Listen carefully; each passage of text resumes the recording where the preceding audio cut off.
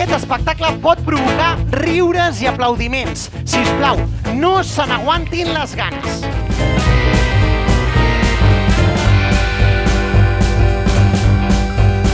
Així no tens por de res? Esclar que tinc por. Què et penses, que sóc en Joan sense por?